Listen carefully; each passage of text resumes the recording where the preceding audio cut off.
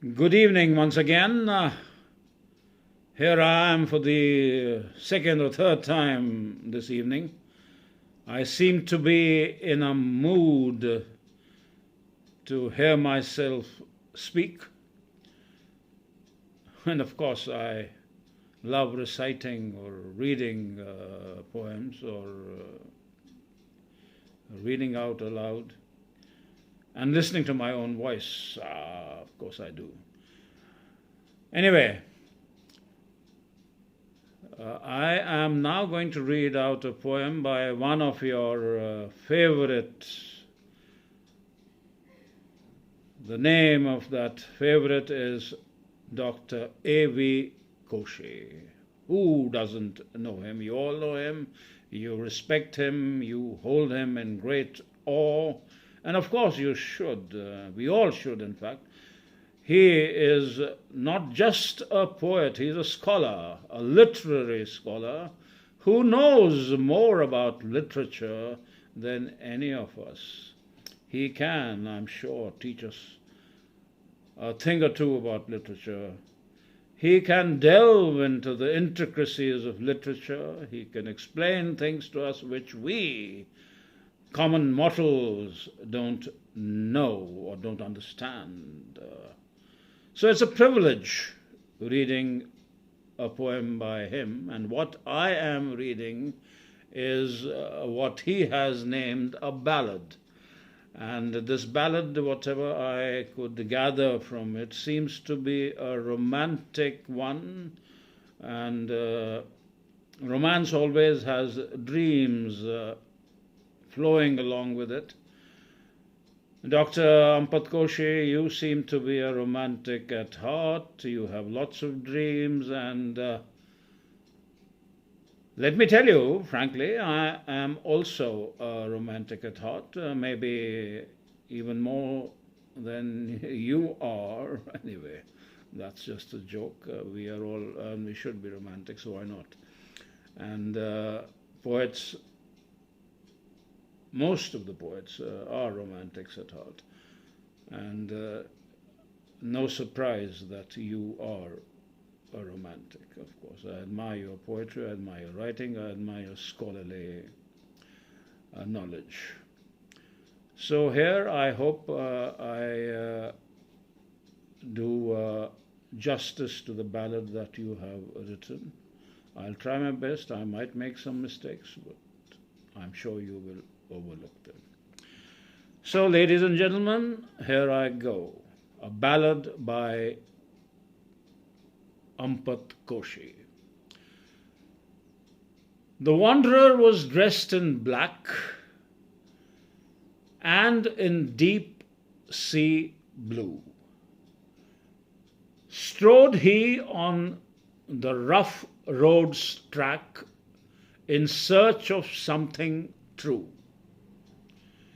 Came he to the fair hall's gate in the night, in dim lamplight, knocking at the ornate doors, waiting for a twist of fate. A long table was with food laid sumptuously inside the hall. The men were busy. He espied a maid who would tell him all. What was it he wanted? Money for a chase? Why was he still stranded in the middle of a strange phase? The rough must go on with the smooth. Her voice, I will read it again. The rough must go on with the smooth were the maid's first words. He listened and thought, forsooth, her voice was a black bird's.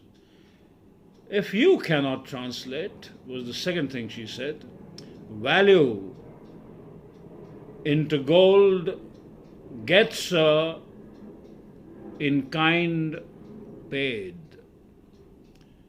You read me like a book, he quoth. His every thrust she parried. He pondered if this was enough to continue being rough, to settle for kind with each bow of his life's tree covered with love. She was the kind who would pull them down the blinds when she did bathe, so he could not see her frown. But then let him off the hook.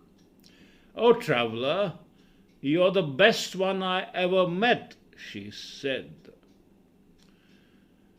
Dazed and confused by what was won, he turned a beetroot red. The days are long, their hats they doff. When he walks, he talks to himself, or to spirits dead or afar off.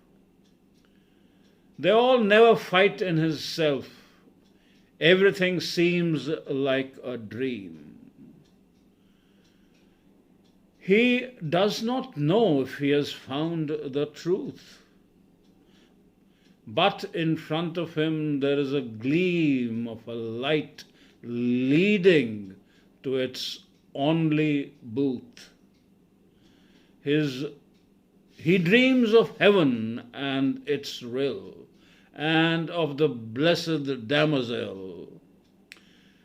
One day he hopes to meet them all again, even the Lady Carousel.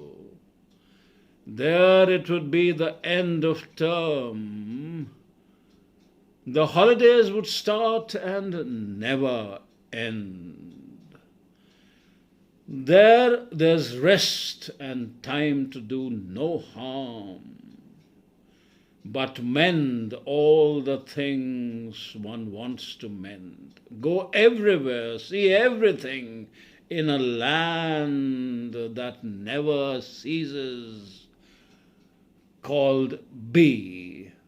Live for everyone, do everything unashamedly and happily.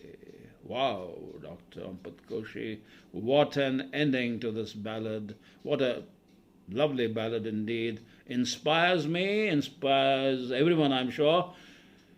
And the last lines,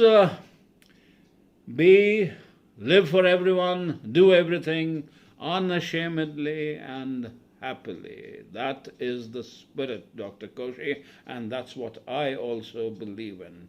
Thank you very much for writing this ballad. Thank you very much for giving me an opportunity to read it. And I hope you enjoyed listening to it. I may have made a mistake here and there. I'm sorry for that. I apologize in advance, and I hope you will overlook that and forgive me for that. Thank you very much. Wish you a very good night. Thank you.